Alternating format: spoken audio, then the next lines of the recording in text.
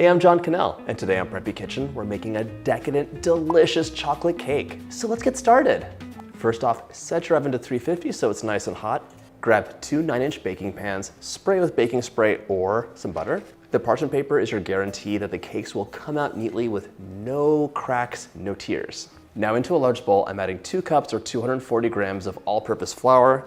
It's very important that you don't add too much flour, so either use a scale or fluff the flour up and sprinkle it into your measuring cup, then level it off. If you just scoop the flour up with a measuring cup and level it off, you're gonna add 40, 50, 60, 70% more flour, and your cake's not gonna be nice and soft and moist. It'll be like dry and bready. 2 cups of granulated sugar, that's 400 grams. Perfect. The sugar is gonna make everything sweet, of course, but it also makes your cake soft. If you reduce the sugar in a cake, yes, it'll be less sweet, but it's gonna get harder and breadier. It's gonna lose that wonderful soft consistency we love. My chocolate cake needs chocolate, so half a cup or 50 grams of cocoa powder. Today I'm using a natural cocoa powder, but you can use a Dutch processed as well. To fluff things up, you need a leavener, so 1.5 teaspoons of baking powder and 1.5 teaspoons of baking soda.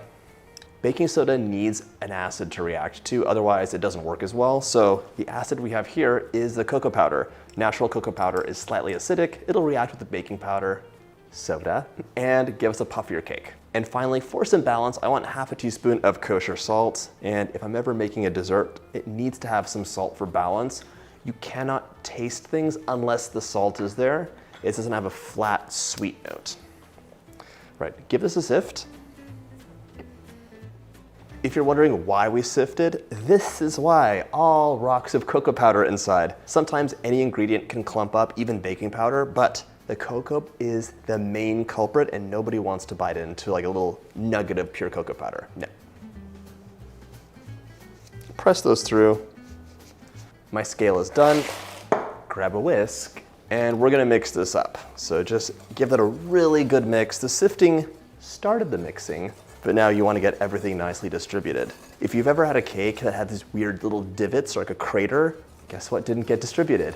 The baking powder or soda. So that's why part of it just didn't rise up. We want every bite to be perfectly puffy and a nice combination of cake and buttercream.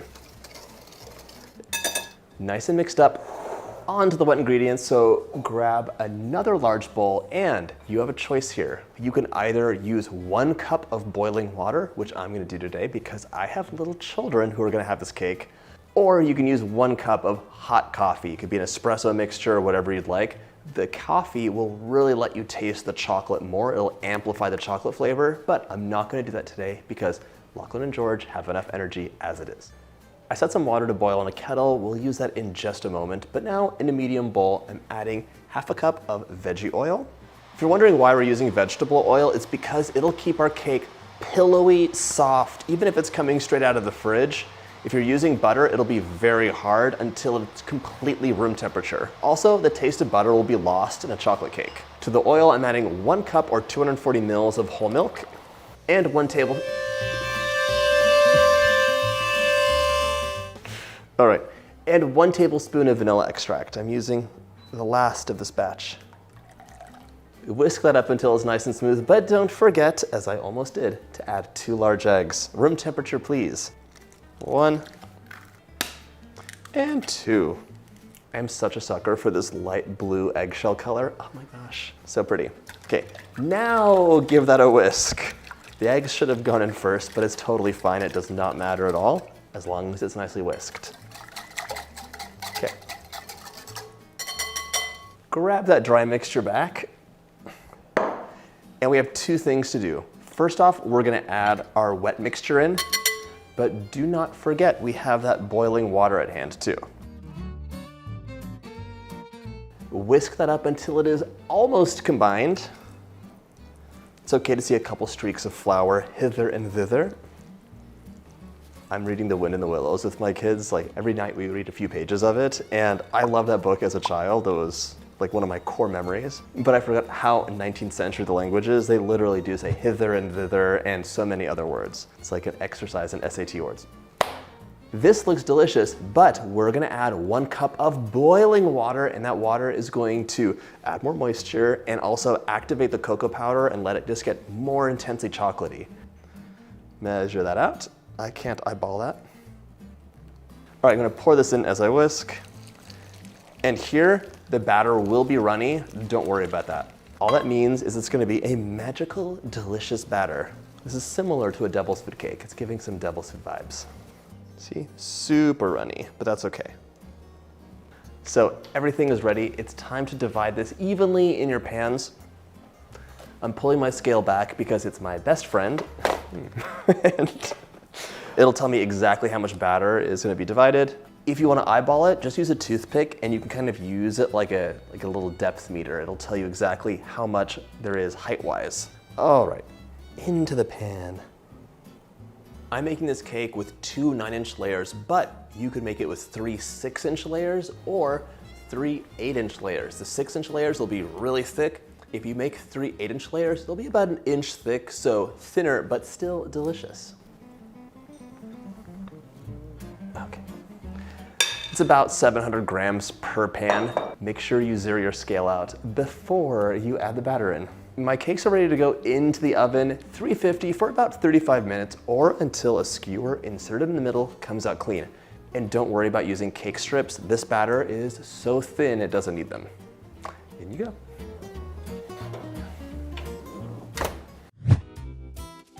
My cake layers are cooling, so now we're gonna make an amazing, delicious chocolate buttercream. Starting with 3 sticks or 1.5 cups or 338 grams of unsalted butter at room temperature. This should be nice and soft, so I can use my finger and press in. It goes really easily and it's gonna cream up very quickly. Cream this on medium for about 30 seconds, just until it's silky smooth. And today I'm using my stand mixer with the paddle attachment, but you can definitely use a hand mixer if desired.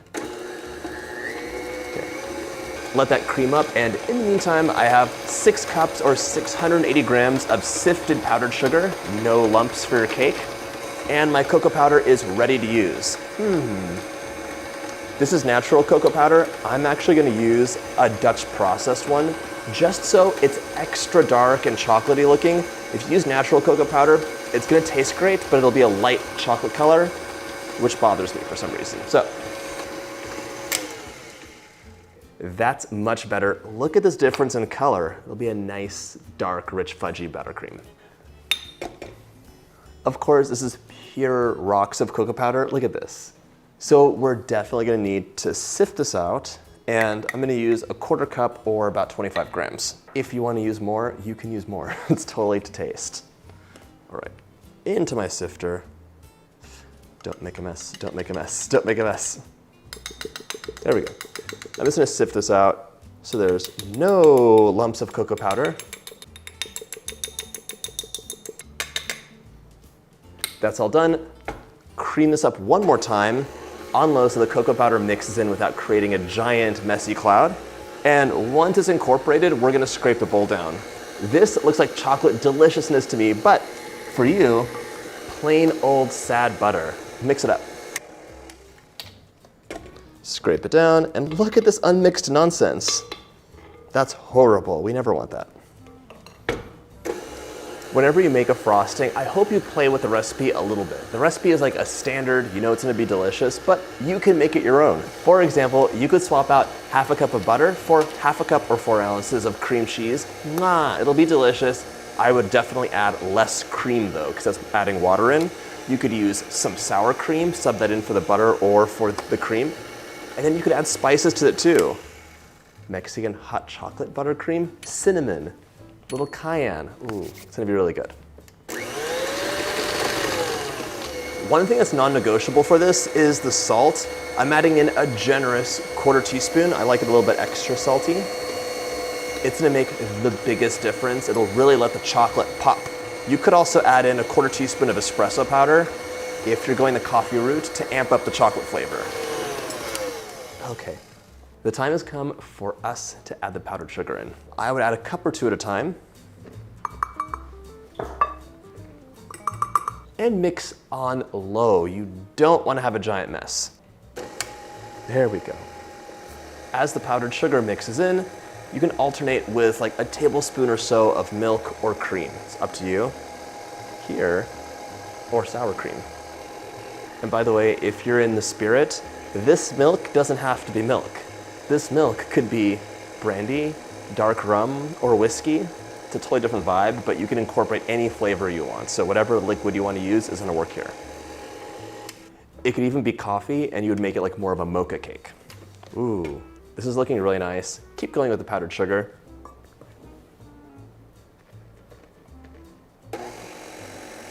More powdered sugar, more liquid, whatever you want. And as you go, make sure you scrape the bowl down. The top is gonna be sweet and chocolatey, and the bottom is gonna be totally just pure cocoa powder and butter with salt. So you really wanna have a nice even mixture so every bite of the cake is uniform.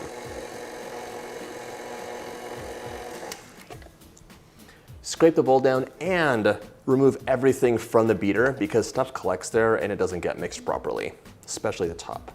These are things I wish someone had told me when I was a little baby baker, or maybe my mom did and I didn't listen. Last third of the powdered sugar. Mix on low, add the milk. A lot of people complain that American buttercream, which this is like too sweet and it's grainy and gritty and dense. That can definitely be the case. It actually has to do with how you whip the butter and sugar together and how much liquid you're adding. A lot of it's just not made correctly, but a chocolate American buttercream is gonna be delicious. You can sub out some of the butter for sour cream, for cream cheese. You can do like so many different things to it, but adding the salt in, adding the milk in is gonna make it creamy and perfectly balanced. If you're totally set against it, you know, it's not for you, make a Swiss or Italian buttercream. Click up here for my Swiss buttercream video, and then this added melted chocolate to taste. Oh my gosh, it is perfection. All my sugar is incorporated. I'm gonna add 1 teaspoon of vanilla in. It's optional, but it's a lovely depth of flavor. And the last little bit of milk, so I'm using a full 1/4 cup here.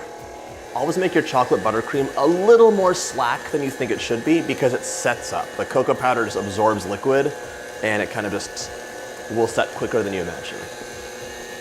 We're gonna mix this on medium for 1 minute until it's light and fluffy. And in the meantime, I'll grab a cake plate, get my cake layers, and we're gonna decorate this up. My cake layers have cooled completely. They're pillowy soft and they smell amazing. Invert this onto a cake plate. That. Remove the paper, don't forget, very important. And now we're gonna add about 1 cup of frosting right in the middle. Oh my gosh, this looks so good. Spread the frosting out into an even layer, moving it all the way to the side. For the middle, it doesn't matter as much because no one can see it. Pop the next layer on, just like that. Now cover with the remaining frosting. If your frosting is at all bubbly or set up, just run your mixer for 30 seconds and you can add in an extra tablespoon of cream or milk if desired. Smooth it out and work the frosting down the side. And here, you can decorate this cake however you'd like, totally up to you. You'll use every last drop of frosting from this, so do not snack too much. Just 1 spoonful is all you're allowed. Once covered completely, swoop to your heart's content, or you can smooth it out, top with sprinkles, chocolate chips, chopped chocolate, cacao nibs, anything you love.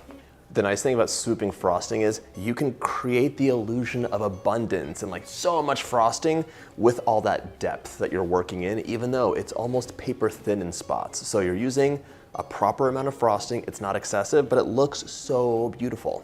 Give your cake a slice and it's ready to enjoy.